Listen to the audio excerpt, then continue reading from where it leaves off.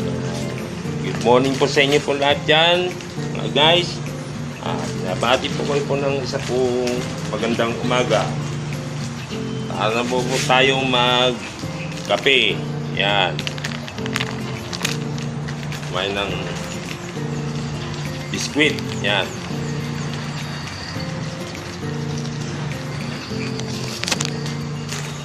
Yan guys.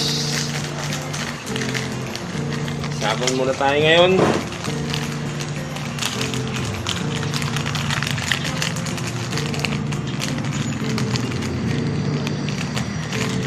Ito na lang, ayaw masan.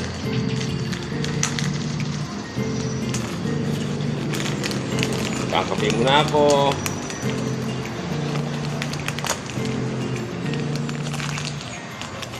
Bali guys, usapan natin ay tungkol sa nangyari kahapon. Yung ginawa ko, nag-apply po ako ng work.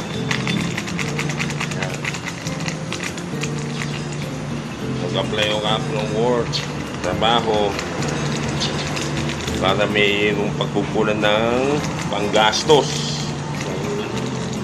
sa bahay.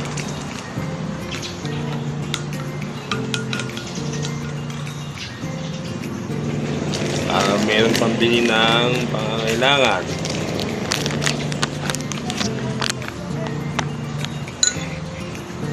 Ito, kape muna tayo.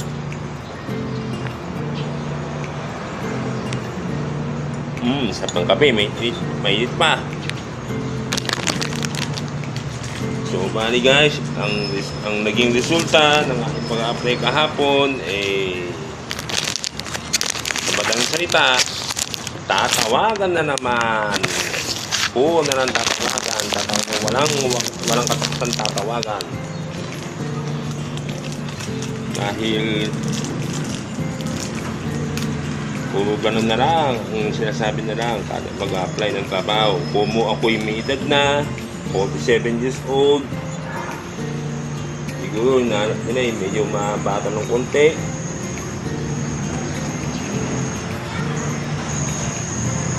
Ayaw nilang pagbigyan ng pagkakataon yung may edad ko na mag-apply na may edad.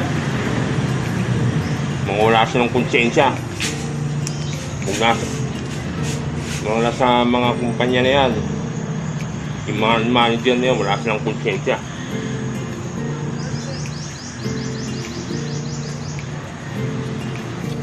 Ang na-play ko kahapon ay sa malaking grocery store dito. Hindi ko nababanggit yung pangalan yun. Hindi naman kailangan.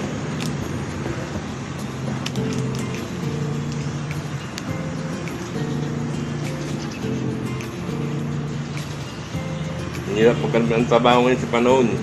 Na kung hindi na siguro nakatapos, gaya ko, isa na akong hindi nakatapos doon. Baka yun na siya sa mga dahilan. Kung medyo makasok ng trabaho, isa siya kung saan hindi makapasok ng trabaho. Kung wala kang matasok kung siya natapos. Kaya tingin nila sa akin, para akong nakakadiri.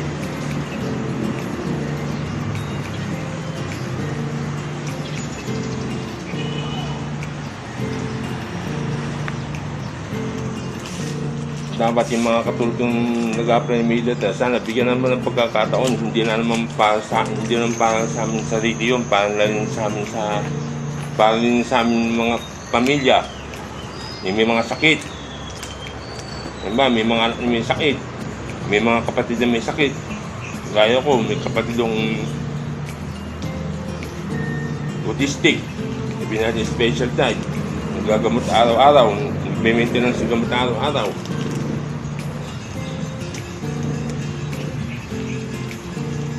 Sana maawa naman kayo. Palibasa kasi kaya madaling sabihin sa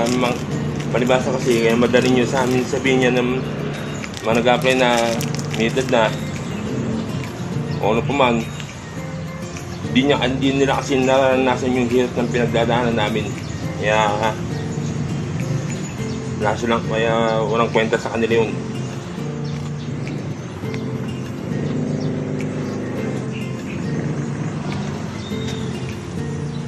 Kaya may mga iba pang kumpanya na sumasangayon pa sa age limit na yan na wala naman naitutulong sa bansang Pilipinas.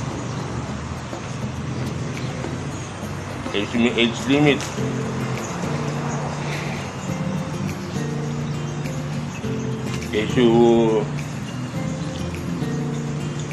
Issue ano pa man, di ba pasado sa interview, maraming dahilan, maraming alingas-ngas.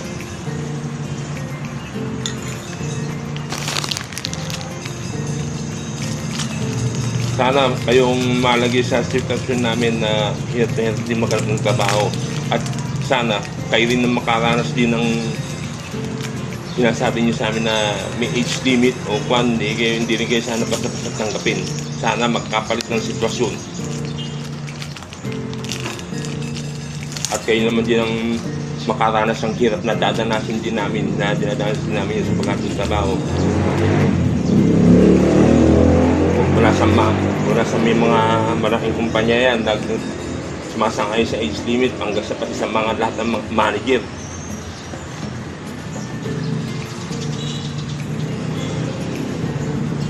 Sana danasin nyo din yan.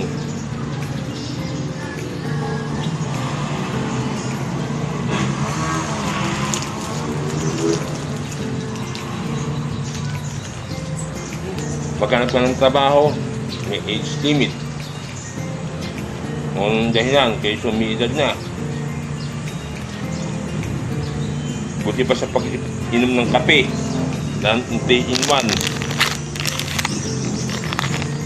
3-in-1 to, Nescafe. Pagkain ng biskwit, Nabisco. Yan. Yan. Dito, walang age limit. No age limit.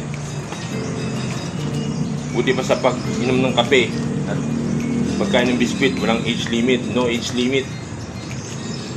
Basta sa pagkain, no age limit. Dahil lahat tayo gusto natin mabuhay. Hindi lang yung malalaking kumpanya at hindi lang yung mga manager na gusto nila mabuhay. Lahat tayo gusto mabuhay.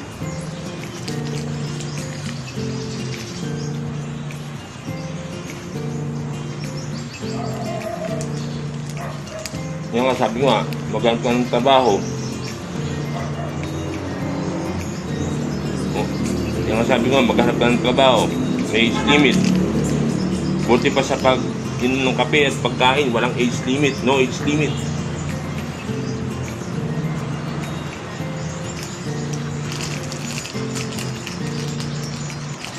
Inom ng kape. Lalo na mainit.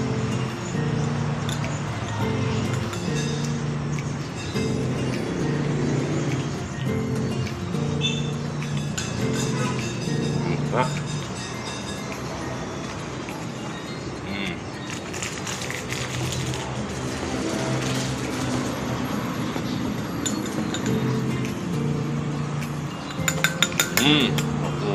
Kape.